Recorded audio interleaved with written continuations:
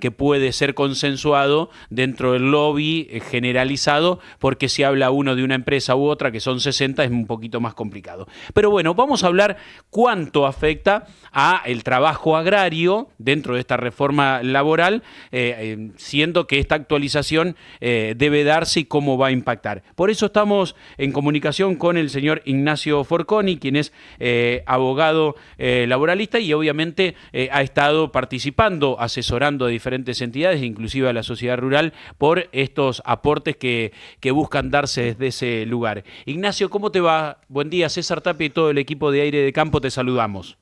Muy buenos días, César, a vos y a toda la mesa. Buen día. Bueno, gracias sobre todo de atendernos en esta mañana de sábado. Bueno, a ver, ayúdanos a poder comprender un poco, porque hay mucha información dando vuelta, sobre todo para el sector agropecuario, cuáles serían los grandes cambios o por lo menos lo que hay que tener en cuenta. Mira, vos lo dijiste muy bien hace un rato. Acá hubo mucho trabajo, creo que por supuesto que desde el gobierno, desde ya, el último fin de semana, Sociedad Rural trabajando, digamos, incansablemente para hacer oír la voz que el campo, de Ujú. alguna manera, estaba expresando, y que cuando este gobierno comenzó, digamos, su mandato hace casi 2 años, un poco dentro de sus planes estaba la reforma laboral integral. La sociedad rural y el campo, de alguna manera, lo que buscaba era que si existía esa reforma, el campo no queda fuera. Porque la ley de contrato de trabajo, como norma general, Ujú. excluye a la actividad del trabajador agrario o rural. Entonces, si iba a haber una reforma, que esa norma especial, que es la que aplica para el trabajo rural, ¿sí?, sea parte también de. Hace 3 meses más o menos comenzó el trabajo tripartito desde el Consejo de Mayo, donde trabajadores, empleadores y el propio Estado conformaron una mesa de diálogo que con más o menos consensos llegó hasta hace poquitos días con una norma, y el campo había quedado afuera inexplicablemente, pese que nosotros nos hemos mantenido muy cerca Ujú. de todo lo que era un asesoramiento correcto, un asesoramiento que entendemos es bueno para todos los involucrados, trabajadores, empleadores y el Estado, ¿sí? Ujú. Pero que cuando llegó ese proyecto hace pocos días, había quedado la norma especial del campo desactualizada. Eso obviamente que puso en marcha una reacción inmediata, Claro. y bueno, y logramos incorporar algunos aspectos que, te digo, no son todos. El campo yo creo que necesitaba una norma nueva, Ujú. integral, o sea, una ley 26727 totalmente modernizada. Claro. No era el momento de eso, era el momento de introducir ciertos cambios, pequeñas sutilezas, Ujú. ¿sí? Pequeños agregados que ayornen un poco la norma en beneficio de todos los involucrados. Eso fue, de alguna manera, lo que terminó incorporándose, tal vez en una porción, por supuesto que muy interesante, no tanto como hubiésemos deseado. Claro. Eh, Así que ahí nos encontramos. Te digo, entre otros aspectos, a ver, de Sí. qué manera impacta en el campo. Y déjame empezar con algo que se viene hablando mucho en estos días, Ujú. y yo creo que se le reduce el precio a eso, y creo que es lo más importante. Mirá, dicen los futboleros Sí, que equipo que gana no se cambia, es verdad. ¿sí? Lo que significa también que equipo que pierde hay que cambiarlo. La sociedad en materia laboral viene perdiendo hace muchos años. ¿Y por qué te digo esto? Porque 5 de cada 10 trabajadores están en la informalidad. Ujú. Estar en la informalidad es no tener eh, derecho cercano digamos, no tener aporte previsional, no tener asistencia médica de obra social, no Ujú. tener licencia, no tener garantías mínimas, salarios mínimos, etcétera, etcétera. No podemos decir que venimos ganando, y no podemos negar la importancia del cambio. Si querés, no digamos reforma, porque creo que no lo es, porque de verdad que no hay una reforma, sino una simple modernización, que entiendo oportuna y necesaria para achicar esa tasa tan alta de informalidad, por una parte, reducir la litigiosidad por otra, Ujú. porque yo te digo, tenés 6 millones de puestos de trabajo privados y casi 700.000 juicios laborales. Claro. O sea, es una tasa morbosa que Ujú. atrasa. Por supuesto que hay que modernizar, entre otras cosas, ¿no? Entonces Claro. tenés alta litigiosidad, alta informalidad. ¿Sí? Digo, ¿quién puede asegurar que esto no hay que modernizarlo? Sería una necedad. Claro, totalmente. Bueno, abro aquí la mesa y después volvemos a alguna pregunta más, chicos. Ignacio, Adelante. ¿cómo va? Te saluda Esteban Fuentes. Recién hablaste mucho de la informalidad. ¿Hay datos en el campo de la cantidad de trabajadores que hay y a cuánto asciende esa informalidad? Mira, esto no, digamos, es para nosotros también, desde el sector que ocupamos, es un dato más que ansiado, pero me voy a manejar directamente con los datos generales de economía y de trabajo, Claro. que son un poco tienen estado de conocimiento público. 5 de cada 10, la Ujú. mitad están en la informalidad. Claro. Esa es la realidad.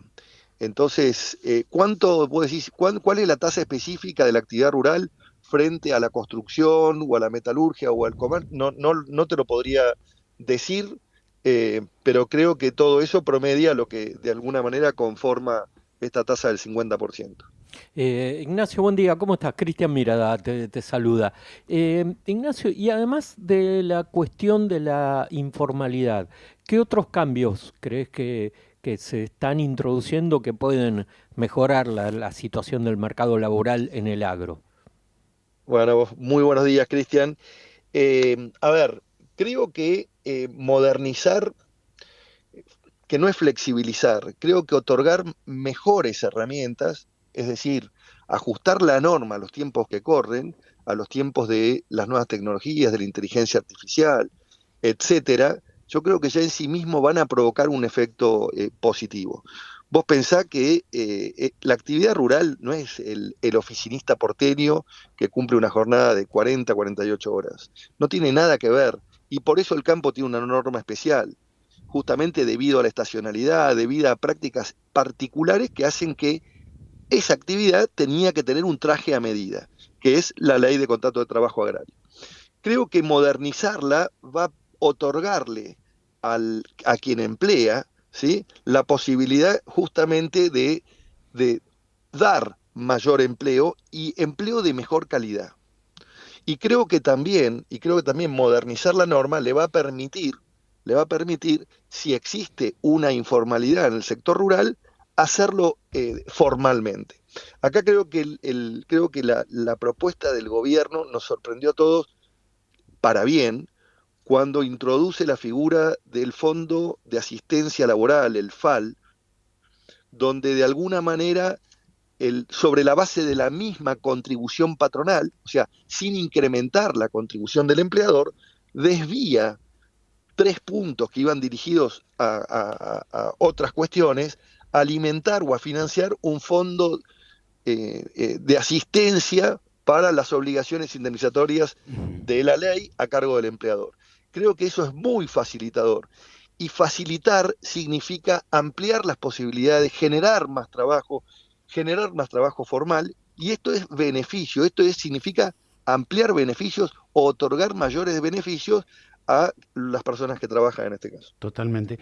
Ignacio, voy a tratar de bajarlo como para que la gente entienda un poco más, por eso te pido la comprensión de las preguntas con respecto a esto. A ver, cuando lo llevamos, y recién bien decías, no sé si en esta no llamar reforma, sino actualización o modernización, digo, mucho en el sector agropecuario está el tema de las economías regionales, quizás es un poco más profundo para hablar en otro momento, pero digo, hoy por hoy las mismas economías regionales hablan mucho de las cargas sociales que en un sueldo que son alrededor del 50%, y eso no permitía que puedan contratar a personal, y por el otro lado, el clásico ya llamado contrato laboral temporal que en algunos años anteriores se había dado, que no pierdan esas cargas sociales, que no pierdan esos beneficios sociales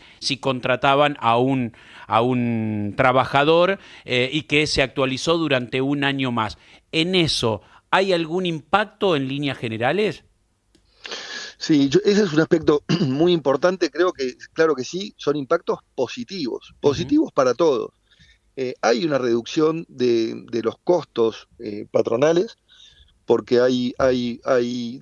de alguna manera, como te decía antes, hay 3 puntos que terminan beneficiando las cargas o las consecuencias a cargo del empleador. Yo lo tomo como una reducción indirecta contributiva. Ujú.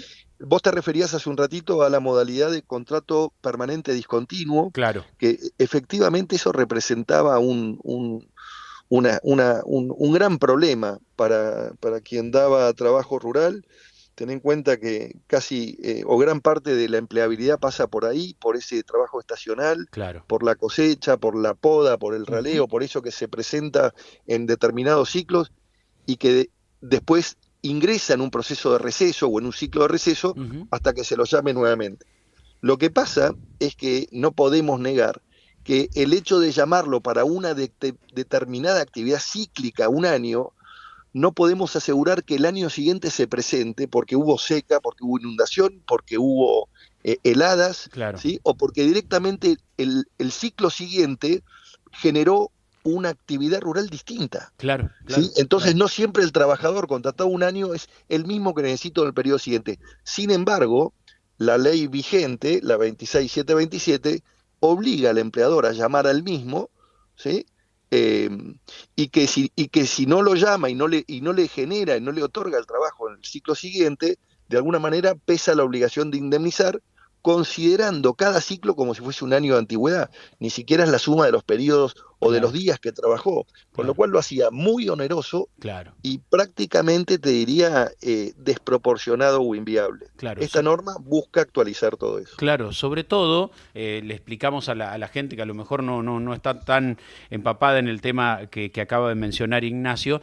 Digo, un productor de nueces, que hemos hablado nosotros, productor de nueces, que iba y contrataba a Esteban, por ejemplo, y lo llamaba, bueno, para venir, y Esteban dice, no, pero tengo un plan social y me dicen que si entro en blanco, me sacan ese beneficio. Y por el otro lado, el productor decía, no te puedo tener en la informalidad, porque si me llegan a una inspección, me multan a mí. Entonces estaban esos choques entre el productor, que dice, no consigo gente, porque la gente que está dentro de esas proporciones, como las cuadrillas que van de campaña en campaña, está ante esta situación, entonces se daban esos choques. Y me parece que era importante tenerlo en cuenta, más que nada para darle una herramienta, sobre todo al empleado, pero también al productor que quiere producir y que se encuentra no solamente con el clima, de cómo producir, sino ante esta imposibilidad, ¿no?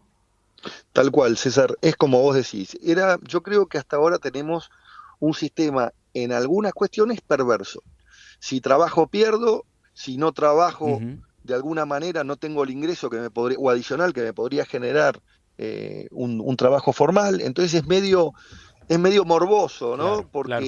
Porque afecta la integralidad, digamos, del ingreso del trabajador, o por lo menos lo hace pensar a ver qué conviene o qué no conviene, y creo que no es por ahí, creo que la solución no es por ahí. Bueno, una más, Eh, Ignacio, a cada pregunta y ya estamos. Ignacio, una consulta. De salir esta ley, eh, los, eh, a ver, los derechos que tiene hoy un trabajador rural, de acuerdo a la ley de contrato de trabajo, ¿se mantienen los anteriores? O sea, ¿pierde esos derechos? O esta ley esta ley rige para los nuevos trabajadores. ¿Cómo es eso? No, a ver, la ley, por supuesto que la ley, digamos, no quiero entrar en un tema de análisis jurídico, ¿no? De cómo funciona o cómo no funciona la ley hacia adelante y hacia atrás. Lo que sí te digo acá, no hay ningún trabajador perdiendo derechos. Ujú. Esta ley de modernización no erosiona ni detona ningún derecho, Ujú. pero en absoluto. O sea, por supuesto que nosotros vamos a escuchar digamos, voces distintas, ¿sí? Pero específicamente en el ámbito rural no hay ninguna de las normas que estamos hablando que haga que el trabajador actual, ¿no? Que con contrato vigente se vea reducido o limitados o menoscabados sus derechos laborales, de ninguna manera.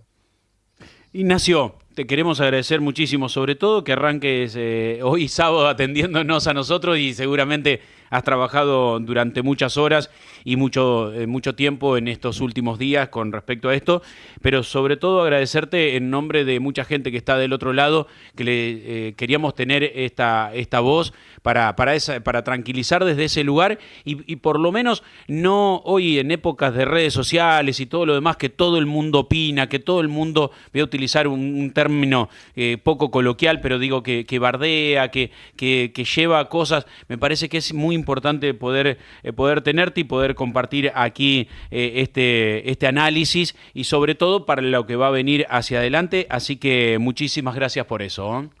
Muchísimas gracias, César, un abrazo a toda la mesa y creo que el tema amerita levantarse tempranito y colaborar con todos ustedes y con la sociedad en general, así que el agradecido soy yo. Gracias por ese compromiso. Ignacio Forconi, abogado que ha estado trabajando y que bien nos acerca esta información.